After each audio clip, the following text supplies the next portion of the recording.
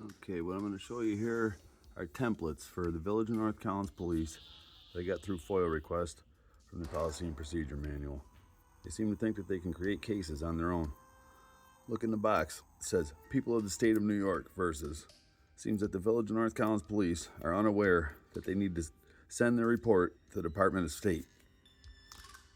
That then the District Attorney's Office would decide which charges, if any, were going to be brought based on the police report and supporting evidence. This charging instrument would be in the form of an indictment from the grand jury, a true bill, or a prosecutor's information. That is what would start a case. The police would contact the Department of State, who would then contact you. This template says accusatory instrument. That is not a charging instrument, though it is pretending to be.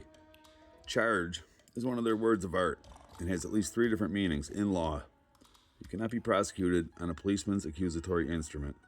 If you volunteer for a punishment such as going to prison, I presume that this is the first time that the Department of State will be contacted. These forms show a pattern and practice of the police disregarding due process and a system that assists in a fraud. Another thing to notice is where the policeman would sign at the bottom. There's no area for a witness to sign. It says that it is a crime to make a false statement, but who would enforce this? They lie all the time on these. These papers are pretending to be an affidavit, but they are not. They are not accepting the liability and never show up to court. Oftentimes, the policeman has no first-hand knowledge of anything. So how can he swear as to the truthfulness of his statement? The response I have gotten from police, prosecutors, and courts when telling them of crimes committed by police is either they laugh in your face, they shrug it off and say there's nothing they can do, they weren't there so they don't know what happened, or they will tell you that it's a civil matter. They train dumb police to fill out these forms, which are a total fraud, but for a non-law enforcement party to bring criminal charges against the police is a labyrinth of procedure. You will be stonewalled concerning evidence and lied to every step of the way. Functioning system of checks and balances would not have forms such as this in the police policy and procedure manual.